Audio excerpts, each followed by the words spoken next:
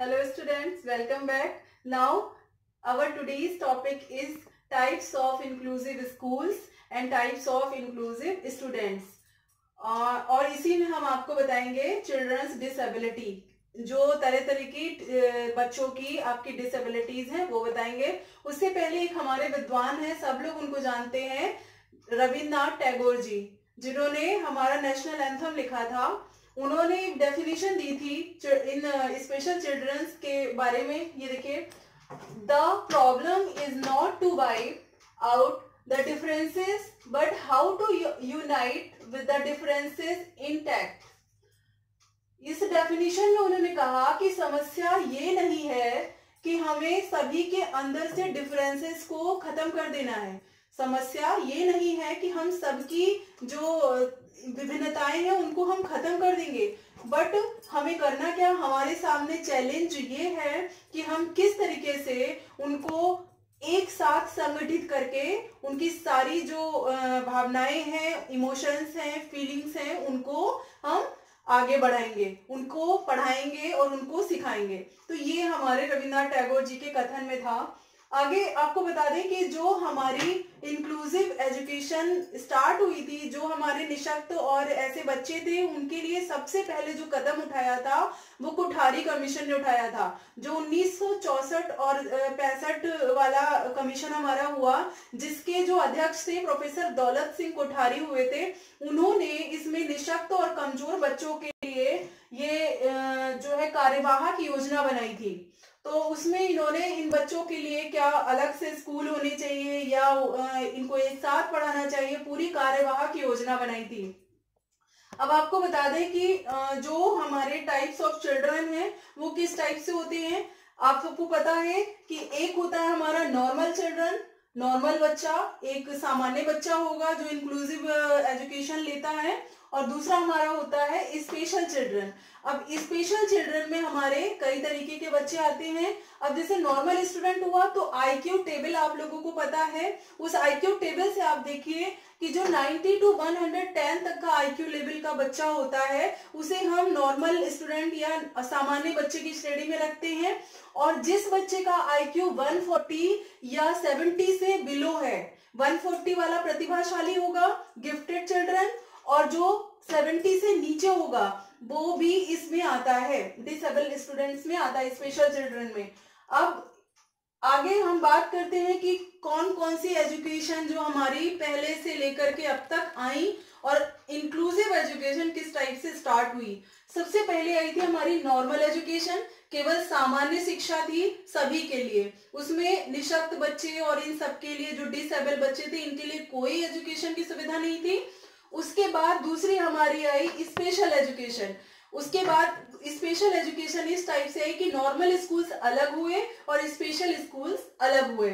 उसमें स्पेशल के लिए स्पेशली जो आपके जैसे भी उनकी स्पेशलिस्टी थी, चाहे वो बहरे होते थे, चाहे वो लूले होते थे, चाहे लंगड़े होते थे, चाहे जैसी उनकी डिसेबिलिटी थी, उन्हें स्पेशल स्कूल्स में पढ़ाया जाता था। फिर उसके बाद तीसरी आई इंटीग्रेटेड एजुकेशन। इंटीग्रेटेड एजुकेशन में ये हुआ कि उसमें क्या हुआ था, स्पेशल चिल्ड्रन और नॉर्मल स्टूडेंट्स को एक साथ पढ़ाना था, बट इसमें डिफरेंस केवल इतना था कि जो इंटीग्रेटेड एजुकेशन थी, इसमें जो निशक्त बच्चे थे हमारे, जो हमारे स्पेशल चाइल्ड थे, उनके लिए अलग से कुछ भी प्रोवाइड नहीं कराया गया था। उनमें जो चेंजेस होने चाहिए, जैसे उनको किस तरीके से उनकी आवश्यकता के अनुसार उनको समय समय पर किस तरीके की सुविधाएं प्रोवाइड कराई जाए, उन सुविधाओं की ओर ध्यान नहीं दिया गया। इन सब चीजों को देखते हुए जब एकीकृत शिक्षा हमारी कामयाब नहीं हो पाई, तब हमारे स्टार्ट हुई इंक्लूसिव एजुकेशन। इंक्लूसिव एजुकेशन में सामान्य बच्चे और इंक्लूसिव बच्चे जो आपके स्पेशल चाइल्ड थे, स्पेशल चाइल्ड में आपके सिर्फ गिफ्टेड चिल्ड्रन आए थे, और उसके अलावा जो 70 से बिलो थे, 70 से बिलो जो एवरेज नहीं थे, एवरेज बच्चे प्लस जो आपके 140 से अबव थे, उनको लिया गया। और जो इससे नीचे 70 से नीचे हुआ करते थे वो आपके स्पेशल चिल्ड्रन कहे जाते थे, उन्हें स्पेशल स्कूल्स में सुविधा प्रदान। ओके, दिखाते हैं आपको कि इंक्लूसिव एजुकेशन जो है वो आपको पता ही है कि एक नॉर्मल स्टूडेंट होगा और एक स्पेशल स्टूडेंट होगा। उसमें इनमें विभिन्नता के आधार किस तरीके से बेस्ड मान करके इनकी एजुकेशन को अलग अलग किया गया, किस तरीके के डिसेबल बच्चे थे जिनको लेकर के चला गया। तो इसमें हम देखते हैं सबसे पहला हमारा है बेस्ड ऑन फिजिकल स्टेज, शारीरिक अवस्था के आधार पर। शारीरिक अवस्था के आधार पर आपके एक विकलांग बच्चे लिए गए थे जिनको हम डिसेबल चिल्ड्रंस में जानते थे, और एक कमजोर और निर्बल स्टूडेंट्स लिए गए थे जिनमें वीक चाइल्ड आते थे। ठीक है, नेक्स्ट है विशेष कार्यों के आधार पर स्पेशल वर्क। जैसे मान लीजिए कोई बच्चा जो है बहुत ही स्पेशल वर्क करता है, जैसे लाइक क्रिएटिविटी, सृजनशील बच्चा होगा, तो वो भी इसी श्रेणी में आएगा। इंक्लूसिव एजुकेशन उसको प्रोवाइड कराई जाएगी। नेक्स्ट है बेस्ड ऑन इंटेलिजेंस, आपकी बुद्धि के आधार पर भी बच्चे अलग अलग किए गए, जिसमें पहला था गिफ्टेड चाइल्ड, जिसको हम कहते हैं प्रतिभाशाली बच्चे। प्रतिभाशाली बच्चे वही जो 140 या 140 से अबव होंगे, वही आपके प्रतिभाशाली बच्चे होते हैं, वो भी आपके इंक्लूसिव एजुकेशन में आते हैं, क्योंकि ऐसे बच्चे भी कभी कभी आप देखिए कि प्रॉब्लम क्रिएट करने लगते हैं, तो वही उनको भी इसी श्रेणी में लिया गया है, क्योंकि उनकी जो क्वेरीज होती हैं बहुत होती हैं, उनकी क्वेरीज के अकॉर्डिंग जो है वो शिक्षा उन्हें नहीं मिल पाती है, तो वो परेशान होने लगते हैं और वो इंक्लूसिव एजुकेशन में फिर डाल दिए जाते हैं। फिर है आपके मंदबुद्धि बच्चे, रिटायर्ड स्टूडेंट। मंदबुद्धि बच्चे भी आपके बेस्ड ऑन इंटेलिजेंस पर ही लिए जाते हैं, इन बच्चों को इंक्लूसिव एजुकेशन दी जाती है। नेक्स्ट है based on social and economical activities, जो हमारे सामाजिक और आर्थिक स्थिति है उसके आधार पर भी बच्चों को अलग अलग किया गया। जिसमें सबसे पहले थे प्रॉब्लम वाले चाइल्ड, जो समस्यात्मक बालक कहे गए। दूसरे थे पिछड़े बालक, बैकवर्ड स्टूडेंट। बैकवर्ड का मतलब जो इकोनॉमिकली बैकवर्ड थे या सोशली बैकवर्ड थे, जिनके पास पैसा नहीं है अच्छे स्कूल्स में पढ़ने के लिए, तो उस तरीके के बैकवर्ड किसी तरीके से बैकवर्ड हो वो लिए गए। फिर वंचित बालक, डिप्राइव्ड चाइल्ड, जो किसी चीज से वंचित रह गए, जैसे किसी कारणवश उनकी शिक्षा नहीं हो पाई, तो उन्हें भी इंक्लूसिव एजुकेशन में लिया गया। नेक्स्ट है बेस्ड ऑन एजुकेशन, मुख्य ये वाला है। तो सबसे पहले आते हैं आपके बैकवर्ड, पिछड़े बालक, जो मैंने आपको बताया किसी भी तरीके के पिछड़े हो सकते हैं, चाहे वो इकोनॉमिकली पिछड़े हों, चाहे वो सोशली पिछड़े हों, चाहे वो मेंटली पिछड़े हों, तो कोई भी बेस उनका हो सकता है। फिर है वंचित बालक, डिप्राइव्ड चाइल्ड, जो किसी चीज से वंचित रह गए हों, उनकी किसी कारण से एजुकेशन ना हो पाई हो, तो उन बच्चों को भी इंक्लूसिव एजुकेशन के अंतर्गत लिया जाता है। आगे हमारा टॉपिक कंटिन्यू रहेगा, देखते रहिए। Children with डिसएबिलिटीज। ओके, जैसे कि प्रकृति ने सभी को एक जैसा माना है, लेकिन किसी ने कहा है segregation is against the law of nature. अलगाव जो होता है वो प्रकृति के खिलाफ है। ये सभी जानते हैं कि प्रकृति ने सभी को एक समान चीजें दी हैं, लेकिन अगर उसमें कोई सेग्रीगेट करता है, अलगाव करता है, तो हम ये गलत करते हैं, क्योंकि हमको यहाँ पर इंक्लूसिव एजुकेशन की बात कर रहे हैं, तो हमको सबको समान मानकर शिक्षा देना हमारा राइट है। अब देखते हैं चिल्ड्रन विद डिसेबिलिटीज, किस तरीके की डिसेबिलिटीज होती है चिल्ड्रंस में, वो आप देख लीजिए। सबसे फर्स्ट है children having cognitive and learning disabilities. जो बच्चे होते हैं उनके कॉग्निटिव जो बौद्धिक होता है और सीखना लर्निंग की जो होती है, उसमें बहुत सारी डिसेबिलिटीज होती, प्रॉब्लम्स होती हैं। इसमें बहुत सारी हैं जो मैं आपको बता रही हूँ वन बाय वन। देखिए पहला क्या है, डिसलेक्सिया। डिसलेक्सिया जिसमें ये हिंदी में भी डिसलेक्सिया ही बोलते हैं इसको। अगर डिसलेक्सिया वर्ड आता है तो इसका मतलब है ऐसा बच्चा जो है, जो ये प्रॉब्लम होती है, ऐसे बच्चे रीडिंग डिसेबल होते हैं, मतलब पढ़ने संबंधी उनमें विकार होता है, कमी होती है। ऐसे बच्चे कोई भी चीज लिखी होगी तो उसको गलत पढ़ेंगे। जैसे मान लीजिए अगर 9 लिखा है तो कभी कभी वो गलती से 6 पढ़ लेते हैं, या इसके अलावा काऊ है तो काऊ को उल्टा पढ़ लेंगे, या डॉग है तो डॉग को उल्टा पढ़ लेंगे। तो ये प्रॉब्लम्स उनकी पढ़ने संबंधी होती हैं। उसके बाद दूसरा आता है डिसग्राफिया। डिसग्राफिया, ग्राफ से आप समझ लीजिए, डिसग्राफिया जो है वो लिखने संबंधी, राइटिंग डिसेबिलिटी होती है, लिखने संबंधी विकार। ऐसे बच्चे जो है वो लिखने में प्रॉब्लम क्रिएट करते हैं, कभी कभी उन्हें लिखना कुछ और होता है, वो लिख कुछ और देते हैं।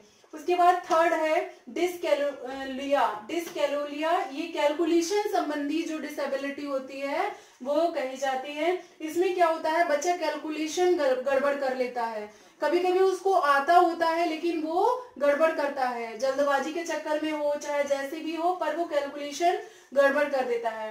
तो ये उसके बाद है डिसप्रैक्सिया, इसको एक और कहते हैं अप्रेक्सिया।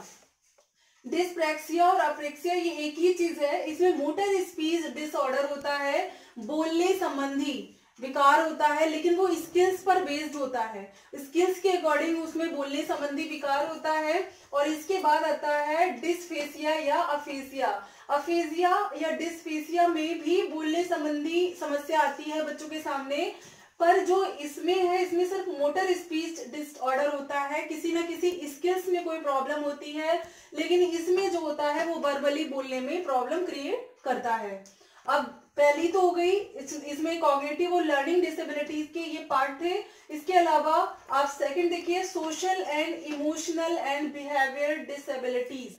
कुछ बच्चे ऐसे होते हैं जो सामाजिक तौर से हमसे मिक्स नहीं हो पाते, कुछ इमोशनल तौर पर हमसे मिक्स नहीं हो पाते, और कुछ अपना व्यवहार ही उनका ऐसा होता है कि वो सबसे मिक्स नहीं हो पाते हैं। तो ऐसे बच्चों को भी डिसेबल की श्रेणी में रखा गया है और ऐसे बच्चों को भी इंक्लूसिव एजुकेशन दी जाती है।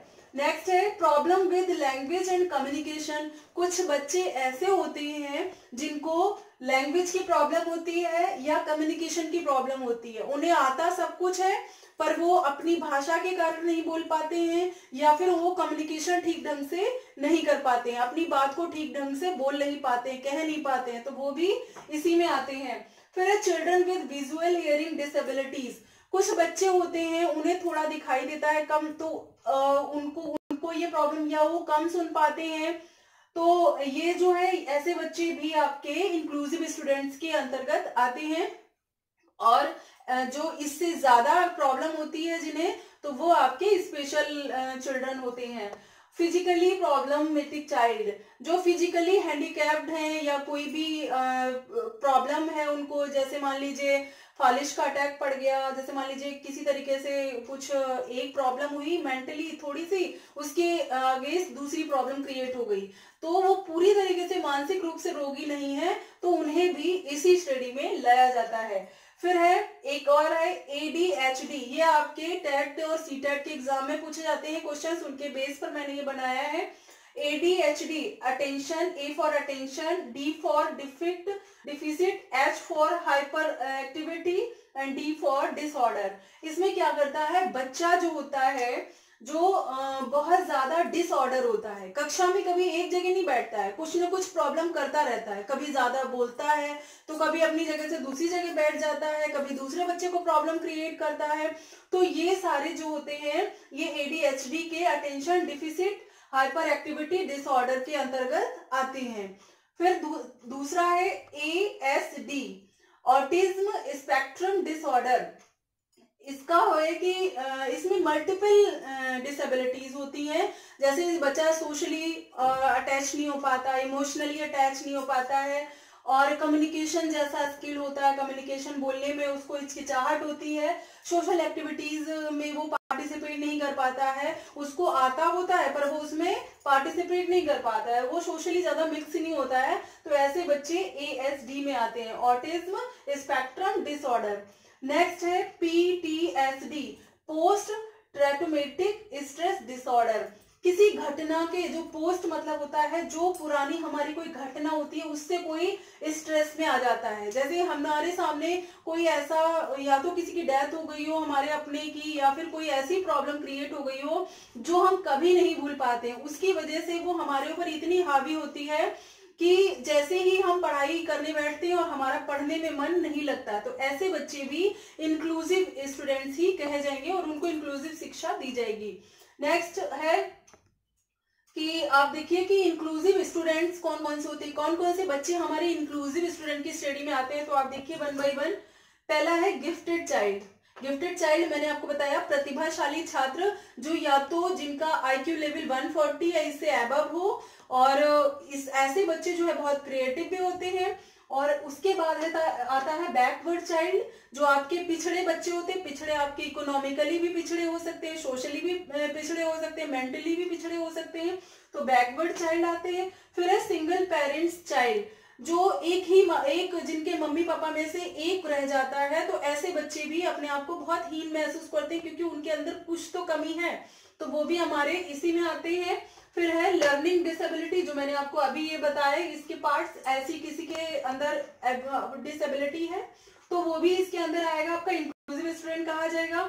या एक नॉर्मल चाइल्ड, जो नॉर्मल बच्चा है, वो भी आपका इंक्लूसिव स्कूल्स में पढ़ सकता है।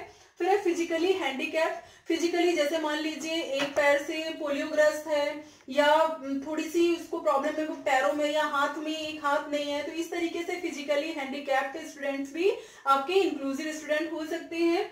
और हमें करना क्या है, हमें सिस्टम चेंज नहीं करना है, हमें उनके डिफरेंसेस को नहीं देखना है, हमको उनको इकट्ठा करना है। हमें स्टूडेंट्स में चेंज नहीं करना है, हमें सिस्टम में चेंज करना है।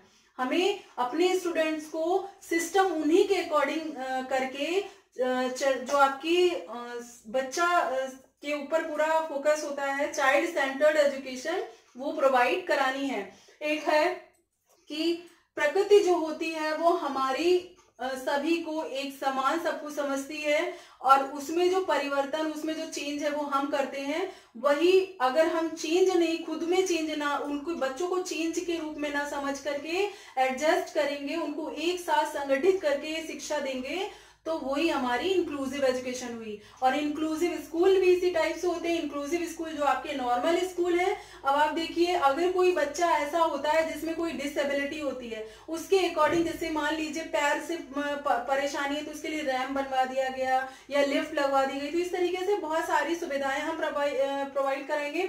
और सबसे एक अच्छी चीज है कि ऐसे बच्चों को पढ़ाने के लिए टीचर को बहुत सेंसिटिव होना है, उसके साथ मतलब सद्भावना वाला व्यवहार करना है। उसको ये रियलाइज नहीं कराना है कि आपके अंदर ये प्रॉब्लम है, तो हम आपका मतलब उस पर दीनता की जैसी स्थिति नहीं करनी है, तुम ये कर ही नहीं सकते हो, तुम्हारी ये प्रॉब्लम है, हमको ये नहीं दिखाना है। हमको उनको समान मान करके शिक्षा देनी है। ये इंक्लूसिव एजुकेशन थी। अगर आपको इसमें कोई प्रॉब्लम हो तो आप मुझे पूछ सकते हो। ओके बेटा।